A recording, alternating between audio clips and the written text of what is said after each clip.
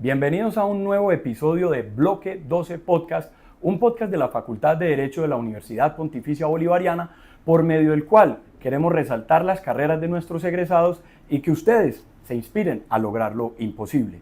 Hoy tenemos un episodio muy especial, es nuestro episodio de clausura de esta primera temporada que hemos tenido tan enriquecedora con todos nuestros diferentes egresados, y qué mejor manera de cerrar que con el gran profesor Javier Tamayo Jaramillo.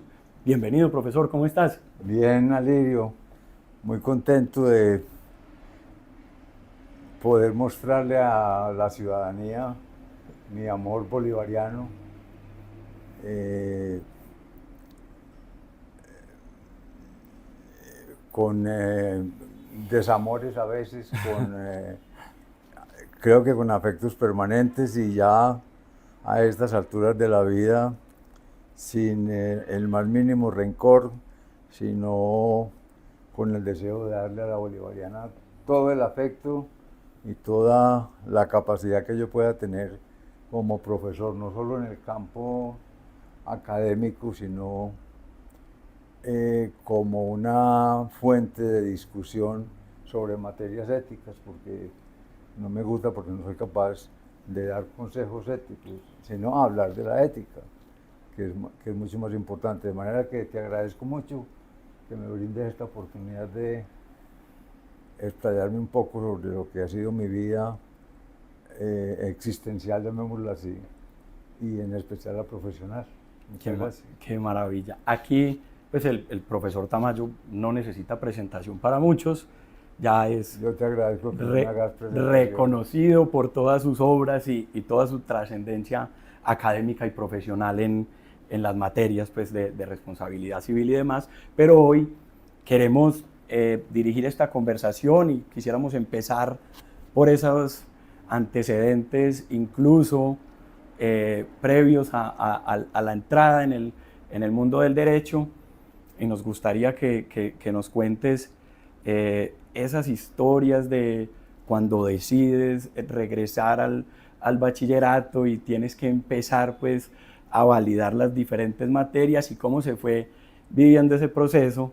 Y una historia que quisiéramos resaltar en especial es esa validación de la materia apologética, que en ese momento veían mucha filosofía, y desde ahí mostrarle a nuestra comunidad jurídica y a los que nos ven que tu amor por la filosofía ha sido desde siempre, y lo que implicó para ese entonces la lectura de Stefan Zweig, ese autor austriaco que juntos compartimos el gusto por él. Como empezar ahí en esa etapa de la vida.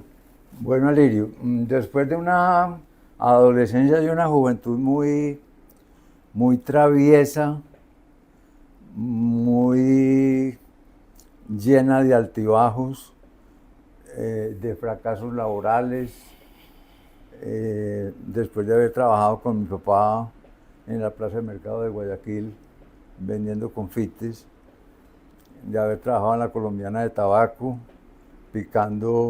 haciendo picadura para cigarrillos, después de haber sido mensajero en la Caja Agraria, y después de haber tenido un café en el municipio de Envigado. Eso me fue volviendo pesimista y como con un cierto intimismo, hasta que en un momento determinado fui reflexionando, porque todos los que eran amigos míos de la época ya estaban terminando sus carreras. Entonces yo logré tener la oportunidad de que me autorizaran a validar el bachillerato. Tenía yo 22 años para ese momento y ya llevaba 7 años sin estudiar. Entonces me autorizaron a validarlo en el MUA, Manuel Uribe Ángel. En el Manuel Uribe Ángel. Y recuerdo que había una señora, era hija, entre otras cosas, de un famoso periodista que hacía las Donupu, que era el que hacía las crónicas delictivas en el Colombiano. Bueno, entonces ella era la secretaria del colegio y me ordenó ir donde un señor que se llama Rafael Jaramillo, que era el profesor de apologética, que es un poco el estudio de los doctores de la iglesia. Entonces, lo que pasó fue lo siguiente: yo hacía 7 años no estudiaba, o tal vez hacía más, porque yo hice 3 terceros bachilleratos y nadie me va a creer. Primero hice tercero. Primero estaba en tercero, después me pasaron para segundo, que porque no había habilitado 2 materias de tercero. Hice ese segundo y lo gané. Y después volví a entrar a tercero y perdí 2 materias. Y ahí le dije a mi papá, yo no estudio más. Mi papá me dijo, pues mi hijo se queda en la casa y si quiere se va a trabajar conmigo. Y se va a buscar su vida como pueda. Yo, aquí tiene su casa para comer y dormir, pero yo ya no le ayudo más. Bueno, el cuento es que, imagínate, un tipo como yo, que hacía 7 años no estudiaba, pues yo tenía mis lecturas ahí en la Biblioteca Pública de Envigado, y ese señor me preguntó, diga usted las diferencias entre San Agustín y Santo Tomás. Sí. Yo en ese momento no sabía nada de eso. Entonces yo me llevé un libro de Stefan Zweig que es una biografía sobre la vida de él. Y entonces... Y sobre la vida de Erasmo de Rotterdam.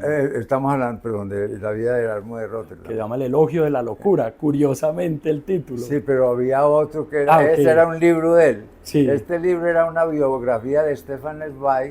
Claro. Sobre Erasmo de Rotterdam. Entiendo.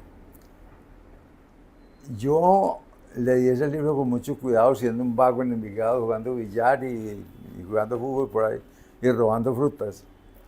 Y yo me puse a estudiar ese libro y por fin logré entender en qué consistían las diferencias entre el protestantismo y el catolicismo, porque Erasmo entabló una polémica durísima con Lutero. Y Lutero lo trató como a un trapo, lo insultó, y Erasmo de Rotterdam, que era un hombre enfermizo, un humanista, pues el más grande humanista, casi que era el creador del humanismo. No quiso continuar la pelea, pero sostuvo pues sus tesis, no a modo de carta, sino de publicación de artículos. Entonces yo le dije al profesor, y le dije, ¿usted por qué no me deja hablar sobre este libro que estoy leyendo? Él lo vio.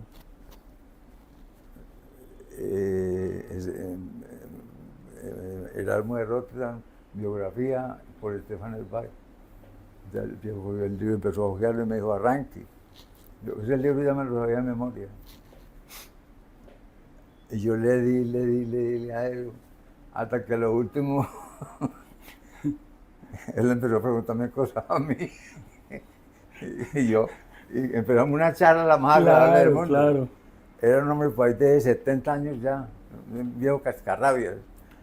Y entonces, al otro día me dijo, venga, para que acordemos un punto que nos quedó faltando. Véngase a tal hora, diga usted a las 10 de la mañana. A las 10 de la mañana yo llegué allá y me entró a un salón. Y entonces le dice a los estudiantes, vea, este muchacho quiere volver a estudiar. Háganle preguntas sobre tal cosa. Ustedes, parranda de vagos, ustedes no hacen nada. Y esos bellacos soltaban unas carcajadas por burlarse de él. Y él creía que era una risa producida por la comicidad de él. Entonces, por ahí arranqué mi validación de los bellacos.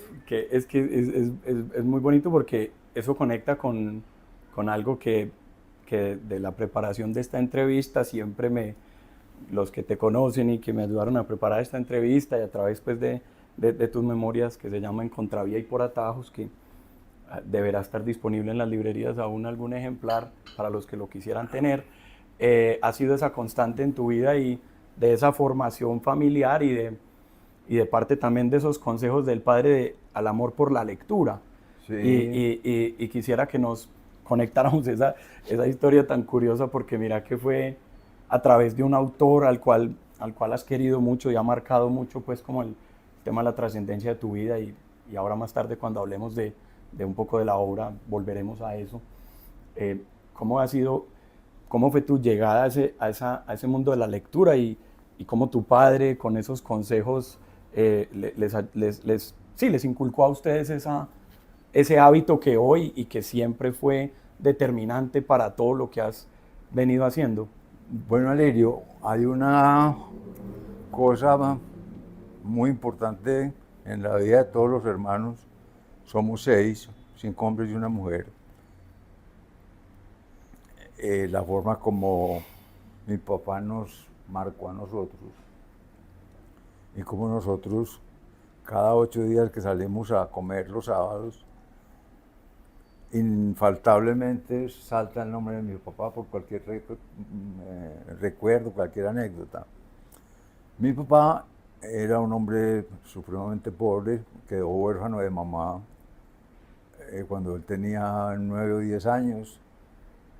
El abuelo, el papá de él, era un hombre azotado por la vida, trabajaba en Guayaquil vendiendo bocadillos y estaba alcoholizado. Entonces mi papá consiguió un puesto en la Plaza de Mercado, que hoy en día es el Parque de las Luces. Sí. Desde el año 39 consiguió ese puesto, y ahí vendía confites y se hizo un buen montaje para lo que eran los espacios. Entonces a nosotros nos turnaba mi papá, y cada 15 días se llevaba uno de los 6 y nos entraba a la plaza de mercado, al puesto de él. Eso lo llamaban cómodas. Y entonces nosotros veíamos esos confites de todas clases y cigarrillos y cosas. Eso era como una maravilla del mundo. Entonces mi papá decía, busque pues esta cajita para que empaque las cosas, pero no me vaya a dañar cajas completas, porque ese se pierde. Entonces llegaban con los pan de queso frescos, con los pasteles, con todo, unos confites de una clase. Era una cosa deliciosa. Y a las 6 de la tarde salíamos a coger el camión de escalera que se cogía en el edificio del portacomidas arriba de Amador, donde comienza Amador, mejor dicho. Sí, señor. Que eso es cerquita del Parque San Antonio. Es correcto. Es ahí, sí, señor, ahí. Entonces descubrí que mi papá en un determinado sitio tenía una caja llena de libros de Vargas Vila, de Balzac, de Baltasar Gracián.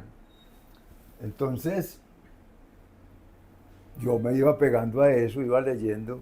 Además, él compraba revistas que venían del exterior, con toda la actualidad, que esas revistas nunca se imprimieron aquí. Yo terminé mi estadía en la Plaza de Mercado, en la Plaza de Mercado. Y tengo que devolverme un poco, porque cuando yo estaba en el colegio, antes de irme para la Plaza de Mercado, yo recuerdo con un terror y una angustia y una tristeza lo que fue el estudio mío del colegio, salvo las enseñanzas que me dio un hermano cristiano de origen francés. Oh, ok. Ese señor me enseñó a mí todo lo que es la vida intelectual y académica, y mi amor por Francia. Era un campesino, un bretón, y en 1890 llegó a Colombia. Ese señor me enseñó a mí todas las cosas que usted no se imagina, pero siempre sobre el concepto de lo que llamamos plan, lo que está ahora la sistematización. La sistematización. Y nos enseñó la disertación y todo eso. Pero el resto recójalo, hermano. Porque el maestro que me enseñó en el primer año me golpeó y me pegó por todas partes. Y a todos los compañeritos les pegó, les reventaba la boca. Eso eran un Sí, sátiro. sí, eran otras épocas donde había también esa... Y los maestros de ahí en adelante lo ponían a uno a leer un libro de historia a las 2 de la tarde y no le explicaban nada, sino léanse este capítulo. Entonces eso me generaba a mí una ansiedad brutal. Por eso yo fui hasta quinto de primaria el mejor estudiante del salón. Y en primero de bachillerato, y esto no me puedo decir aquí, después lo cuento. Cuando yo llegué a esa etapa de la vida, empecé a enamorarme y nunca fui correspondido. Y eso se me fue llenando el mundo de fracasos y una especie de divorcio con la familia estrecha de mis padres y mis hermanos sin pelear con ellos. ¿Todo por qué? Porque me fui a vivir a la casa de la abuela. Era un palacete grande en Envigado por el lado paterno. Mi abuelo fue el hombre más rico de Envigado. Sí, sí. Tenía tierras por todas partes. Que vamos a la pelea con Fernando González, Claro, el mismo de hoy, aquí la casa otra parte y esos lotes. Hasta ahí llegaba la tierra de Imagínate. él. Y entonces yo ya me fui a vivir allá y nos llevaban al colegio y había una hora que llamaba hora cultural. Y esa hora cultural, pues o había cánticos, o había recitación de poemas, pero había un hermano, ese era por aquí de estos lados de Paco, de Salamina, que es tierra de hermanos cristianos. Y entonces íbamos a la biblioteca de Envigado, que estaba recién inaugurada, y ojo a los 3 libros de los cuales me enamoré. Y ahí surgió el amor de la lectura. No, el amor por la lectura ya estaba desde la casa, pero... Claro. Las historias de las aventuras de Tintín. Sí, de Hergé. Llegó al colegio, sí, Hergé. Sí. Muy bien. Después encontré un libro de Ortega y Gasset que se llama El tema de nuestro tiempo. Yo creí que el libro iba a ser imposible, pero le cogí gran amor a Ortega y Gasset. Después me leí otro que se llamaba El Espectador, que eran unas crónicas de artículos de opinión que él publicaba en un periódico español antes de la guerra civil española. Y después llegó a la biblioteca, llegaron varias obras de filosofía, pero yo vi la de Stefan Zweig y me diojeé un poquito el prólogo y me le voy a medir a este libro. Entonces ahí, entre Ortega y Gasset, Tintín y Stefan Zweig, ahí está la base de mi... Ahí arrancaste. Mi formación filosófica. Hay otra pregunta, como en estos antecedentes de esa vida personal, y ahí empieza también el amor por la filosofía, pero conversando, pues preparando esta entrevista, uno de tus grandes amigos me decía que quizás también antes de esa entrada más profunda, académica y sistemática, ustedes tuvieron ese inicio de los antecedentes filosóficos en el análisis de las letras de los tangos, porque a raíz del desamor, que esta persona pues no nos paraba bolas, en el libro sí dicen quién es, aquí no vamos a decir, fuiste desarrollando también ese gusto y ese amor por los tangos, pero además por la época y la historia pues de Guayaquil, el tango siempre tuvo una preponderancia pues en los diferentes cafés y los diferentes escenarios. Entonces contanos cómo nace ese amor por el tango, pero sumado a ese amor por el tango, casi que el análisis filosófico a raíz del tango y de la vida. Hermano, ya tengo que volver a mi papá. Ok. Año 57. Mi papá un día se aparece a la casa a las 6 de la tarde con 2 señores que le transportaban una radiola vieja. Un piano que llamaban. No. ¿No era un piano todavía? No, era radio más tocadiscos. Oh, ya, ahora sí. Y entonces a mi papá le encimaron 20 discos viejos, rayados. Y ahí había un disco de Alberto Gómez, que es un cantante que a mí me fascina, que tenía por un lado Gira Gira y por el otro lado tenía Adiós Adiós. Yo no conocía los discos, esos parecieron, yo siempre creía que los cantantes y los locutores estaban metidos chiquiticos entre un radio grande que había en mi casa. O sea, yo no tenía la idea del concepto de radio. Claro.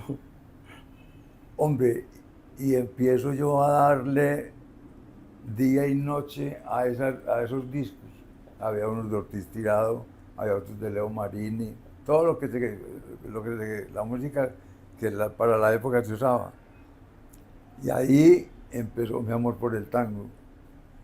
Ya después crecimos y yo me fui por hechos muy luctuosos que tuve. Empecé a buscar canciones que contaran mi historia y me fui encontrando con dos autores muy importantes, Homero Manse y Cátulo Castillo, sin descuidar a Enrique Santos Discépolo. Entonces, yo en Guayaquil en una almacén de discos que se llamaba la Discoteca. No, la discoteca es uno, pero había otro que se llamaba, no lo recuerdo en este momento, pero tenía la particularidad de que vendía libros sobre historia del tango y vendía revistas de toda clase, argentinas. Ah, qué maravilla. Entonces yo me pegué de todo eso.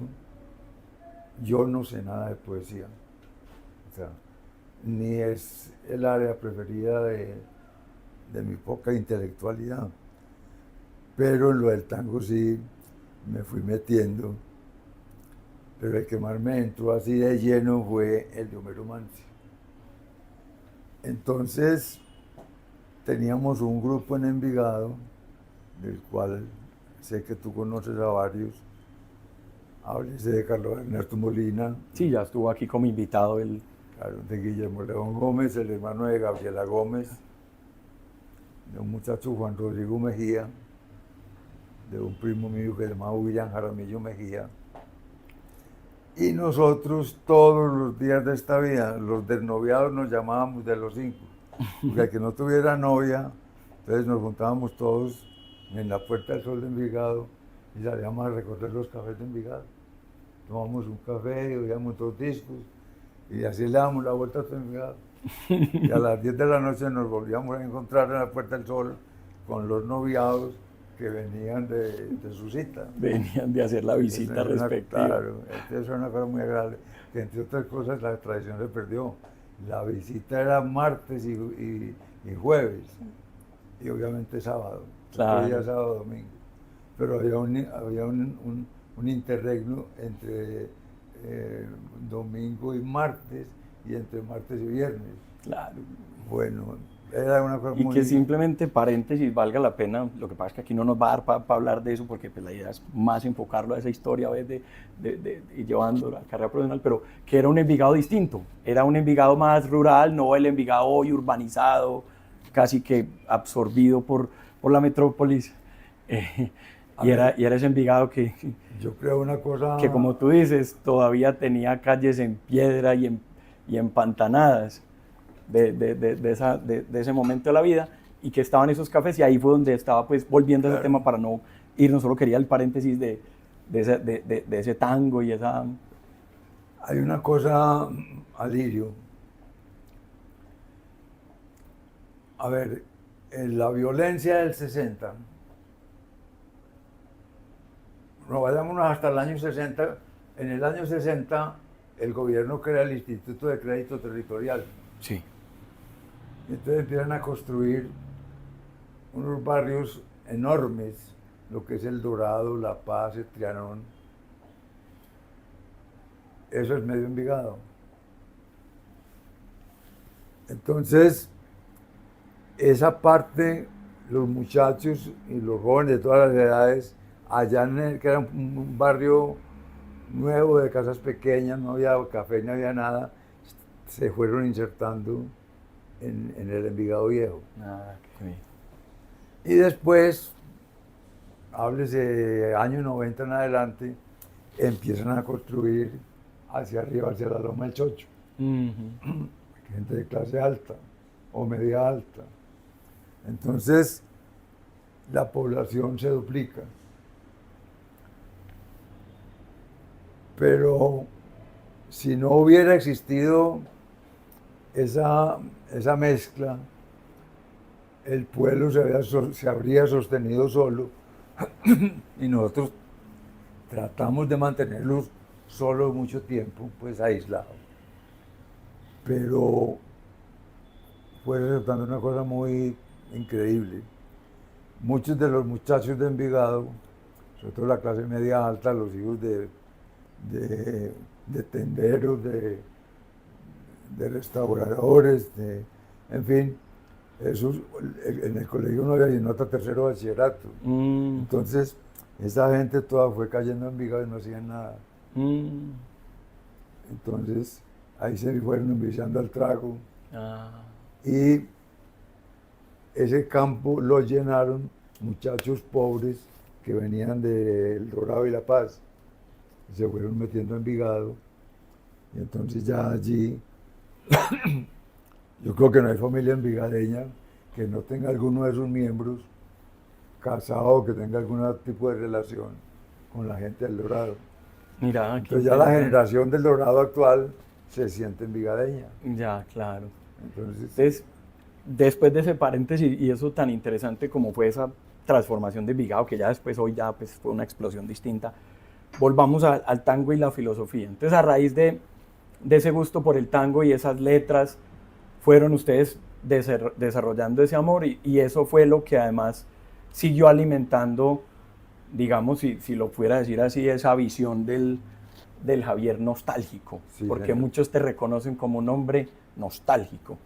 Y esa parte de la nostalgia del tango, pero además alimentando ese amor por la filosofía Sí. y que posteriormente también lo conociste en el colegio para que conversáramos en esta otra partecita que ya nos hablaste de esos otros autores.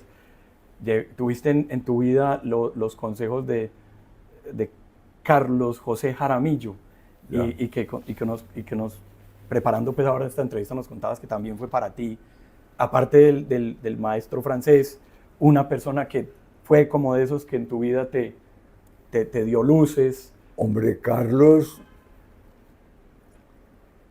a mí me da pena por mí, no por él. Me da pena siempre hacer la apología de Carlos. Cuando yo salgo de una conversación con Carlos, que son por lo general conversaciones largas, hombre, yo me reconforto con la vida y sigo creyendo en el ser humano. Carlos es un tipo fuera de serie. Su generosidad, sus conocimientos, pero por sobre todo esa ternura con que trata a los amigos, a los pacientes, a sus hijos. Es un tipo efusivo, plácido, pero yo en una o dos oportunidades lo he visto templado. Sí. O sea, cuando le toca, se planta. Pero nada menos esta semana conversábamos que él no quiso hacer una especialización que le ofrecieron sobre administración hospitalaria. Tenía que hacer una especialización al exterior y todo. Y digo, no, esto no es lo mío, yo quiero ser profesor. A Carlos le han ofrecido esa decanatura todavía. Ya se jubiló y lo dejaron como profesor. Y se inventó una cátedra que todos los médicos de Medellín hablan de ella. Es un poco la introducción al estudio de la medicina. Ah, lo que es para nosotros la introducción al estudio del derecho, es en Carlos José un poco la historia de la medicina. Entonces, la tarea que él se propone es embuirle a los muchachos, como inyectarles el amor por la medicina. Entonces él les muestra un panorama y abarca la hospitalización, los primeros auxilios, los accidentes grandes, todo lo que es, no digo, las desgracias en la salud humana y cómo ellos tienen que resolver esos problemas. Entonces uno conversa con la gente que fue, que tuvo oportunidad de ser alumna de Carlos José, se llenan la boca a decir, fue mi profesor. Entonces Carlos, cuando yo tenía el café, él estudiaba. Y él vivía a 50 metros del café. Entonces él arrimaba a tomar café, yo le servía el café y conversábamos 5 o 10 minutos ahí mientras él se tomaba el café. Y ahí nació una amistad. Después él fue profesor mío, porque yo empecé bachillerato nocturno. Es que son muchos, sí, y todos fracasados. Sí. La vida se me partió en dos cuando llegué a la universidad, a lo que fui antes. Claro, no, pero está bien. Quisiera hacerte una pregunta ¿y por qué la pregunta de Carlos José? Y es, ¿piensas que pudo haber sido un ascendente en tu vida tener a Carlos José para que posteriormente tu disciplina de estudio fuera llevándote al mundo de la responsabilidad civil? Que No. Por eso quería llegar a esa pregunta. No. En esa época, pues en la época en que estuvimos más cercanos, casi que de diario, yo no sabía qué era la responsabilidad civil. Okay, sí. Como hoy tiene tanto que ver quizás sí, con ese mundo médico. El Carlos tuvo que ver como, a ver hombre, no recuerdo a quién le leí la frase. El profesor enseña, el maestro demuestra. O sea, fíjate que todos en la vida hemos tenido un referente. Y lo que uno anhela en la vida es encontrar un profesor que, más allá de los conocimientos que nos enseñe, uno dice, hombre, yo quiero ser como este señor. Qué bueno. Okay. Sí. Eso es lo que Carlos genera en sus estudiantes y lo engendró en mí desde que éramos amigos. Y hoy en día somos amigos de tú a tú, pero aún así yo veo a ese señor con un respeto que me da miedo decirla grande, todo lo que sea. Pero yo me siento a conversar con él y incluso ya me metieron a la Academia Antioqueña de Medicina. Claro. Entonces yo tengo mucha relación con el cuerpo médico, pero ahí está Carlos José metido. Pudo haber tenido que ver el estudio de la responsabilidad civil, al cual yo me dediqué después a lo último. Si tengo por ahí algún libro de esos para regalarle. Sí. No tengo aquí. Este es un libro que Muchísimas tiene que ver gracias. con la... Sí. Y a Federico le regalo otro, que es Reflexiones sobre el daño. Qué maravilla.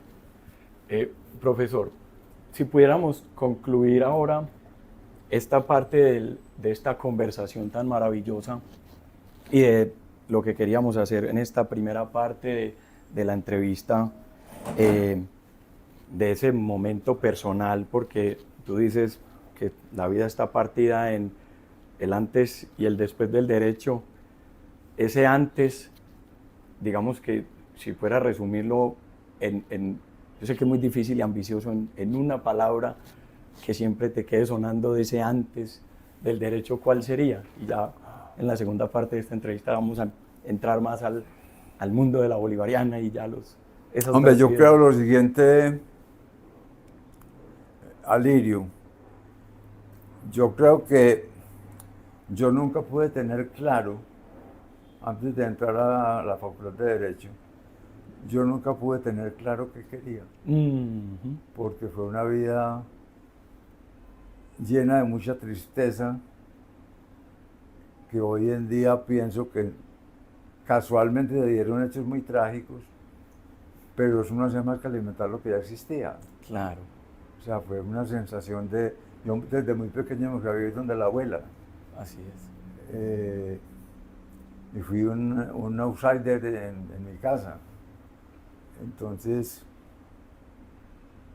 más lo del tango, pues, que para mí, yo tuve un café de tango, pero de tango de Maleo, se llama el Café Bajo Belgrano, que es el nombre de un tango muy famoso de Gardel. Sí, señor. Entonces, yo diría que el absurdo de que habla Camus, que dice que la vida es un absurdo, y hay un tango que dice la vida es una herida absurda, dice un tango de Cátulo Castillo. Para mí fue una tragedia la primera etapa de la vida. Hasta los 22, 23 años yo la definiría como una tragedia. Pues tuve cosas buenas, desde luego. Pero le intenté por muchas partes y por donde metía la cabeza, por ahí me daban. Entonces, yo salía de tener un café a trabajar de mensajero, después a vender confites en la plaza de mercado, después a administrar cafés, todo ese tipo de cosas. Pero, hasta que hubo un momento determinado en que hice la reflexión, bueno, huevón, tenés que sentar cabeza. Y ya pues es hora de buscar. claro, Y claro. ya vino la casualidad. Si te acordás en el libro de la biografía, yo muestro cómo hay 4 o 5 momentos de la vida que son como desencadenantes Así es. de giros de la vida. Que si lo pusiéramos en términos del maestro Zweig, que nos gusta, serían como tus momentos estelares. Es correcto. Esos 4 o 5 momentos estelares de... Son cosas que lo marcan a uno. Bueno, entonces ya cuando yo llegué a la universidad, me pasó una cosa muy curiosa, Lirio. Fue tal el impacto que yo experimenté con ser universitario, que yo decía, yo de aquí no me dejo sacar. Además porque entré acomplejado. Entré acomplejado porque yo sentía que yo no era capaz con la carrera, porque yo valía el bachillerato. Y valía el bachillerato y no saber nada del bachillerato. Y además por la diferencia de edad con algunos Claro. compañeros y... Pero entonces me puse a estudiar y me metí a esa biblioteca. Yo no Qué asistía a maravilla. clases, sino que me ponía a leer filosofía. Qué maravilla. Yo quisiera que eso lo enfoquemos ahora en la segunda parte. Entonces, para cerrar esta primera parte, básicamente, digamos que ese resumen de esa primera parte de la vida y quizás como parte de esta conversación era que yo lo veía y de la lectura y de las conversaciones, quizás ese azar y esa tragedia que mostrabas, o quizás ese constante intentarlo, pero no desfallecer, también crearon la base del Javier que todos conocen, combativo, el Javier, cierto que sin necesidad de ser beligerante, porque claro, no, pero sí siempre muy reaccionario frente a ciertos temas. Y finalmente que también yo digo, y lo hemos hablado con algunos de mis amigos y estudiantes, que yo digo que en la vida todo son conocimientos y esfuerzos acumulados, sí. Y quizás esa parte también de estar en el mundo real, o como dicen los que han estado en el centro, porque yo te conté que personalmente también a nivel familiar, mi familia ha tenido esa relación con Guayaquil y mi padre desde hace muchos años, es estar en la candela. y es donde desarrollas habilidades de mucho tipo, porque al centro y en ese momento las plazas de mercado, pues es donde llegábamos todos. Eso es cierto. Y eso hace que haya siempre una sensibilidad especial, y es la sensibilidad especial que luego, y ahora lo vamos a ver, fue determinante en tu paso por el exterior. Sí, señor, correcto.